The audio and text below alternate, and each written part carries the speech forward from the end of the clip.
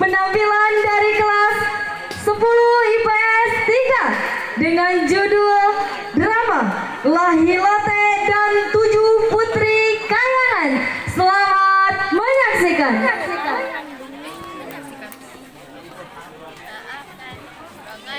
Legenda Lahilote dan Putri Kayangan.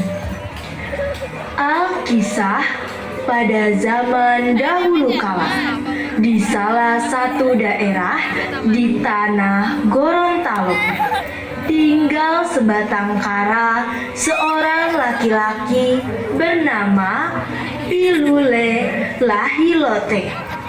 Ia pemuda yang gemar berburu. Pada suatu hari, Lahilote pergi untuk berburu binatang.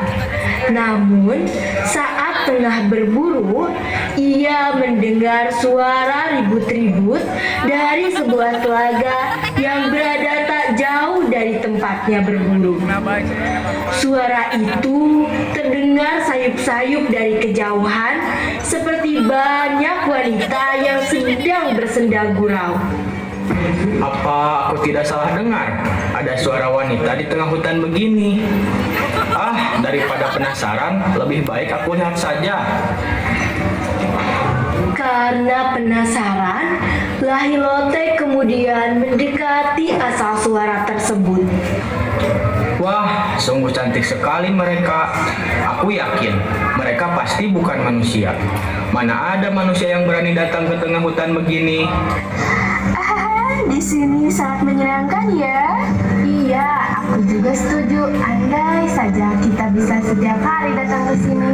Benar, tapi kita tidak bisa setiap hari ke sini.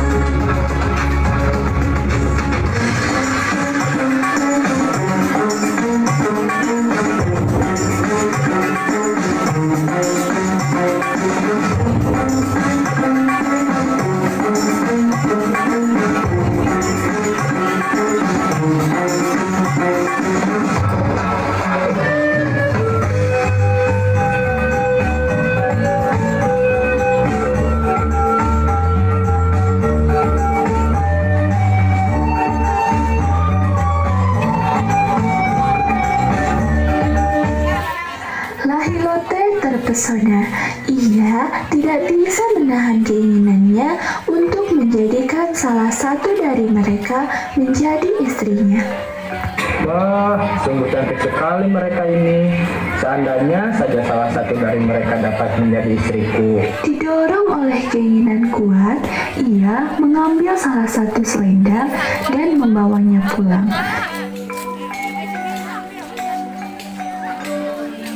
Gawat, selendangku tidak ada. Gimana nih? Cari dulu sampai ketemu. Kamu tadi nggak lihat aku cari-cari selendang? Kamu pikir aku santai-santai, ha? Ayo kita kembali, sudah terlalu lama kita di sini. Aduh, bantu cari dong, jangan diam saja. Apa sih kamu jadi marah-marah ke kita? Tinggalkan saja dia. Oke, fine, tinggalin aku. Dasar kalian semua egois.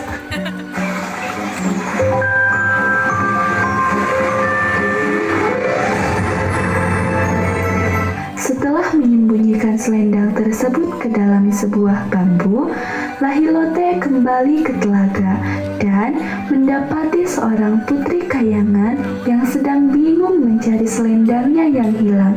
Siapakah gerangan Adinda? Sedang mencari apa di tengah hutan begini? Namaku Boylode Ulawa. Aku sedang mencari selendangku. Entah bagaimana selendang itu tiba-tiba hilang. Aku tidak bisa kembali ke tempat asalku tanpa selendang itu. Namaku Lahilote. Aku tinggal di desa tak jauh dari sini. Hari sudah mulai gelap. Bagaimana kalau Adinda tinggal di rumahku untuk sementara waktu? Di hutan ini banyak hewan buas. Baiklah Lahilote, terima kasih atas tawaranmu. Jika engkau tidak keberatan, aku akan ikut denganmu. Baiklah, mari ikut dengan saya.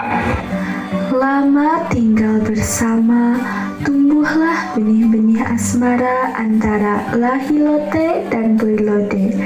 Boylode pun akhirnya bersedia menikah dengan Lahilote. Seperti istri pada umumnya, ia melakukan berbagai pekerjaan rumah. Namun, setelah 1 tahun berselang, Boylode mulai merasa kelelahan dengan pekerjaan rumah yang dilakukannya. Lelah sekali. Saat di kayangan, aku tidak pernah melakukan semua ini. Semua sudah tersedia di sana. Pada suatu hari, sang suami curiga melihat padi di lumbung yang tidak pernah berkurang meski setiap hari istrinya memasak nasi. Aku heran, mengapa padi di lumbung ini tidak pernah berkurang? Padahal setiap hari Boylode memasak nasi untukku. Adinda, apa yang kau masak? Kenapa hanya memasak 1 butir nasi dalam periuk itu? Kakanda, kenapa engkau membuka tutup periuk itu? Selama ini, aku memang hanya memasak sebutir nasi dengan menggunakan kesaktianku. Aku lelah dengan pekerjaan ini. Adinda, tunggu. Karena Lahilote sudah mengetahui kesaktiannya, Boylode harus menerima nasib kehilangan kesaktiannya. Boylode pun kembali bekerja keras melakukan pekerjaannya yang dulu. Pada suatu hari, ketika ia tengah membersihkan lumbung padi, Boylode tidak sengaja menemukan selendangnya yang telah bertahun-tahun hilang. Tiba-tiba berada dalam sebuah tabung bambu. Ini selendangku. Bagaimana selendang ini bisa ada di sini? Apakah suamiku menyembunyikan ini selama ini? Tapi syukurlah dengan selendang ini aku bisa kembali ke kayangan.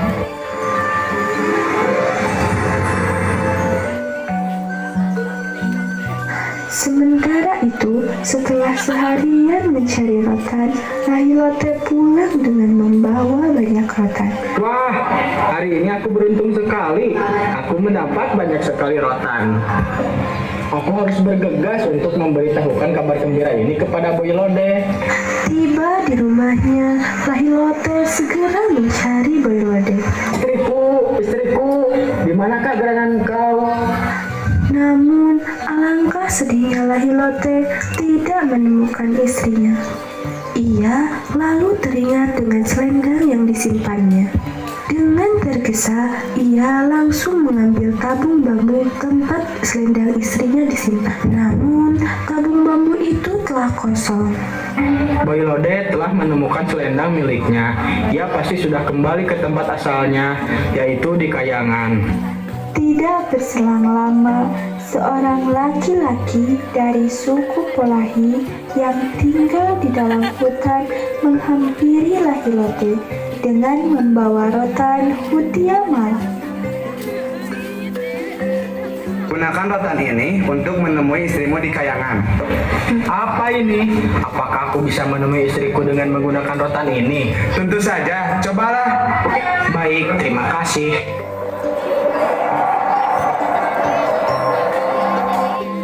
Tanpa bertanya lagi, Lahilote segera menerima rotan Hutiamala. Ajaib, Lahilote bisa terbang ke Kayangan dan berhasil bertemu kembali dengan istrinya.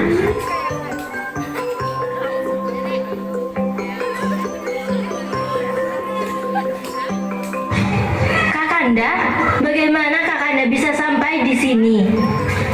Aku diberi rotan ini untuk menuju Kayangan Adinda. Kakanda, Adinda ingin bertanya sesuatu. Apa itu Adinda? Adinda menemukan selendang ini dalam bambu. Apakah selama ini Kakanda yang menyembunyikan selendang Adinda?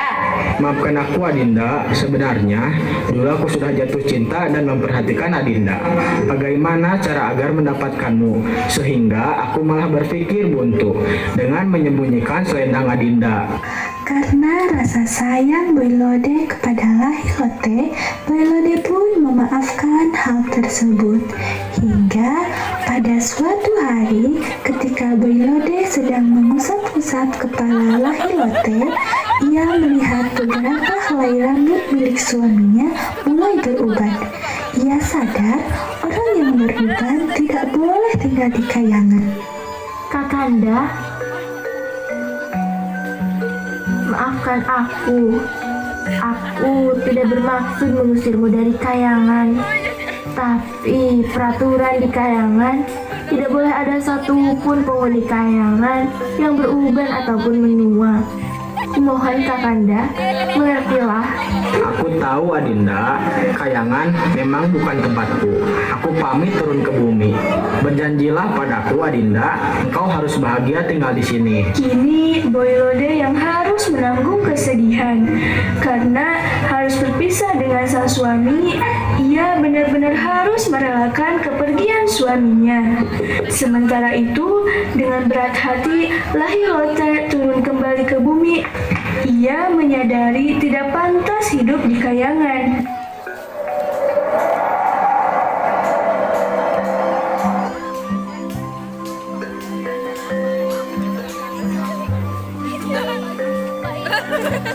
Sesampainya di bumi, Lahilote bersumpah kepada dirinya sendiri. Hingga tua umurku terbatas, pantai Pohe yang berujung kain kapan, telapak kakiku akan terus terpatri di sana sepanjang zaman. Selesai bersumpah dengan seluruh kesedihan dan jiwa yang merana, Lahilote menginjakan kakinya sekuat tenaga hingga berdarah, meninggalkan bekas pada sebuah batu. Hingga sekarang masyarakat bisa melihat batu seperti telapak kaki di pantai Pohe Gorontalo. Batu tersebut dinamai masyarakat dengan nama Botu Liodu Lahilote di sekitar pantai Pohe. Nasihatnya agar tidak menggunakan segala cara tidak baik untuk mencapai keinginan sendiri.